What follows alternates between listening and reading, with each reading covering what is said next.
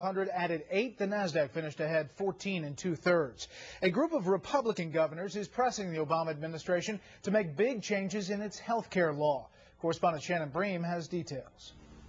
I don't want to spend the next 2 years refighting the battles of the last 2 years. Already repealed in the House and on its way to the Supreme Court, the president's health care law is facing a new challenge today from 21 Republican governors who say it will jeopardize health care for millions of Americans. In a letter to Health and Human Services Secretary Kathleen Sebelius, they wrote, quote, "We believe the system proposed by the law is seriously flawed, favors dependency over personal responsibility, and will ultimately destroy the private insurance market.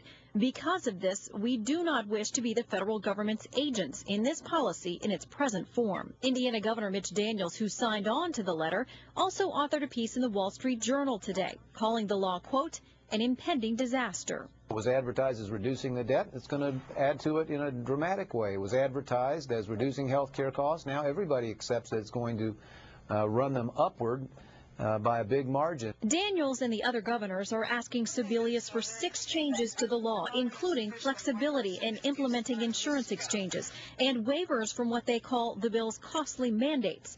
In his speech to the U.S. Chamber of Commerce today, the president said he is willing to look at ideas to, quote, improve the law, and told Bill O'Reilly in a Sunday afternoon interview that he's even willing to work with Republicans.